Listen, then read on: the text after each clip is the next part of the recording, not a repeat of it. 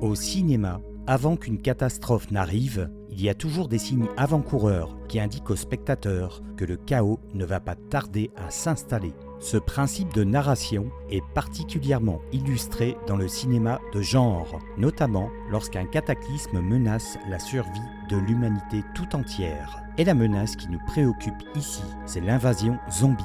C'est donc en analysant la scène d'ouverture de quelques films marquants que nous allons essayer de comprendre comment des réalisateurs aux visions différentes nous emmènent inéluctablement vers la fin du monde. Bienvenue dans ce nouvel épisode de Retour en Images.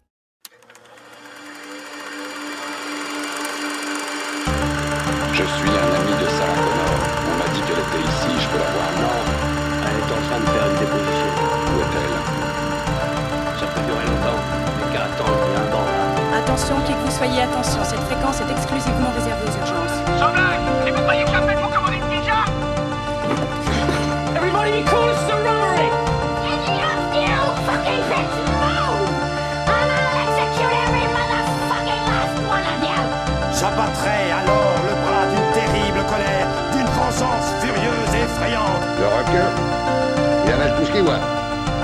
Un coup de dent, un coup d'attendrisseur, et ça descend.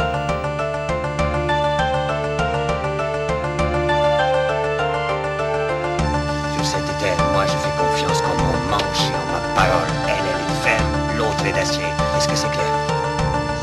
Chef, quoi? Mais dis donc, est-ce que t'allais pas me traiter ça con? Chef, non, chef! Combien de mesures de dépôt? Chef, 1m75, chef! 1m75, jamais vu un tas de merde aussi haut que ça!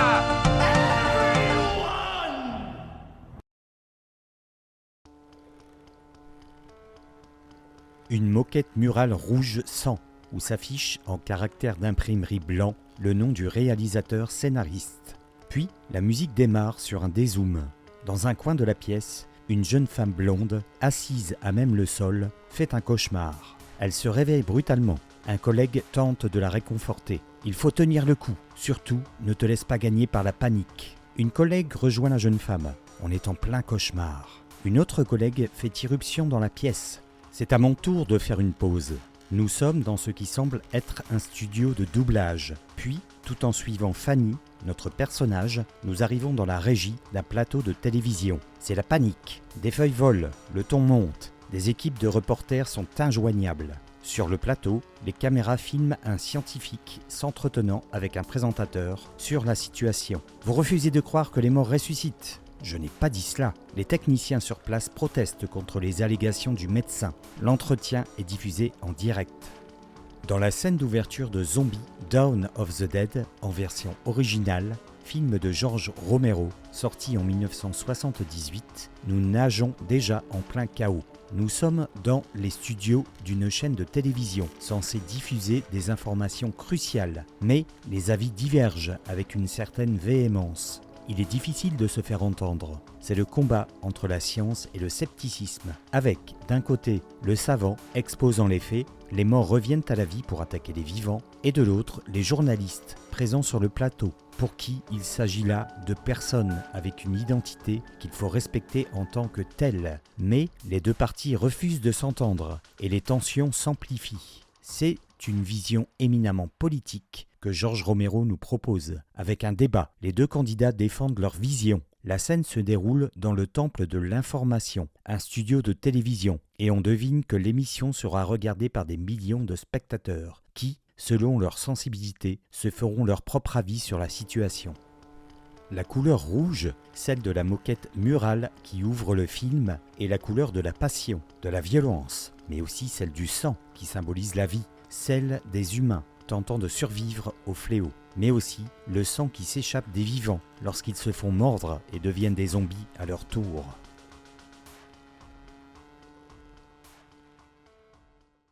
Infirmière dans un hôpital, Anna devrait avoir terminé son service depuis 1 heure déjà. Pourtant, elle est en train de montrer les radios crâniennes d'un patient à un médecin occupé d'organiser sa journée de golf au téléphone. Le patient a été admis pour une morsure suite à une bagarre dans un bar. Or, le médecin s'étonne qu'on lui ait fait une radio de la tête. Il demande à Anna de le retrouver. À l'accueil, Cora, une collègue, effectue des recherches dans le registre des admissions. et découvre que Edward Solomon, le patient en question, est désormais en réanimation.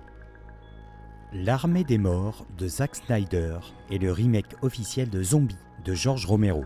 Même si le film conserve des éléments clés du scénario original, comme l'occupation par un petit groupe de survivants d'un hypermarché, le point de vue change radicalement. Dès l'ouverture, nous ne sommes plus dans les coulisses de l'information, mais suivons un personnage lambda qui ne soupçonne à aucun moment que la fin du monde est imminente. Seuls quelques indices nous informent, nous, spectateurs, que quelque chose d'étrange est en train de se dérouler. Un patient, admis pour une simple morsure lors d'une bagarre, se retrouve en réanimation. La suite, Anna, l'infirmière, rentre tranquillement chez elle pour passer une soirée en amoureux avec son mari après une longue journée de travail. Autant chez Romero, nos personnages connaissent déjà la situation et sont donc préparés aux événements qui vont suivre, de par leur profession, journalistes, soldats, autant chez Snyder, Anna, Kenneth, Michael pourraient être l'une ou l'un d'entre nous, confrontés de plein fouet à l'apocalypse.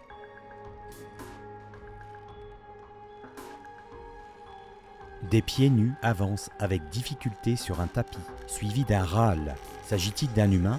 C'est Sean, le héros du film, qui bâille, la bouche grande ouverte. Le réveil est difficile.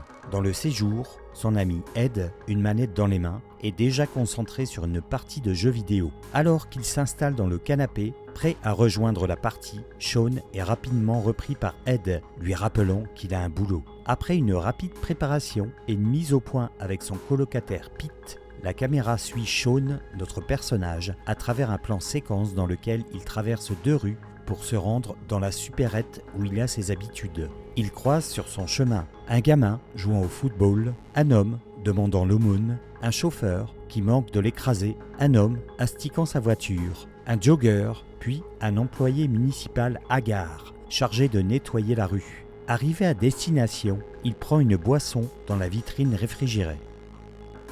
Avant de décrire un contexte apocalyptique, Edgar Wright, le réalisateur de Shaun of the Dead, préfère dresser le portrait de son personnage principal, un adolescent qui aime procrastiner en compagnie de son ami Ed. Mais lorsque Sean se rend sur son lieu de travail, de petits détails nous indiquent que quelque chose est en train de se passer. Alors qu'il est dans le bus, il remarque à l'extérieur une femme qui perd connaissance. Au travail, alors qu'il présente un téléviseur à des clients, il est vendeur dans une boutique. Des événements relevant de l'autorité militaire sont diffusés en direct sur toutes les chaînes. Chez la fleuriste, il remarque à l'extérieur un vieil homme essayant de dévorer un pigeon qu'il vient d'attraper. Mais Sean est davantage préoccupé par ses propres problèmes. Après que ce dernier ait oublié de réserver le restaurant pour un dîner en tête-à-tête avec Liz, sa petite amie, cette dernière décide de rompre. Attristé par cette rupture, Sean décide de se saouler avec Ed au Winchester, le bar où ils ont leurs habitudes.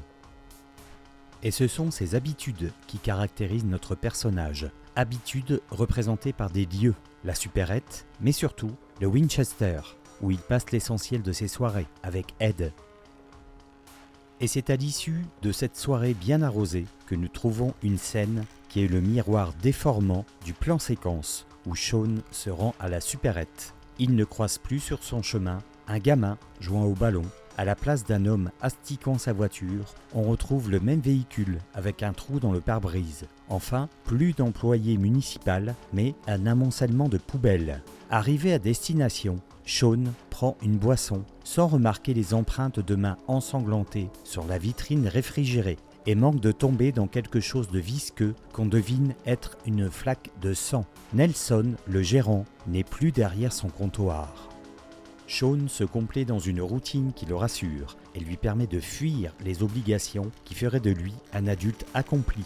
Engagement avec Liz, travail impliquant davantage de responsabilités. L'exposition du film est longue, le réalisateur préférant, à l'instar de Romero, se focaliser sur ses personnages pour nous montrer Sean et Ed dans tout ce qu'ils ont de plus humain.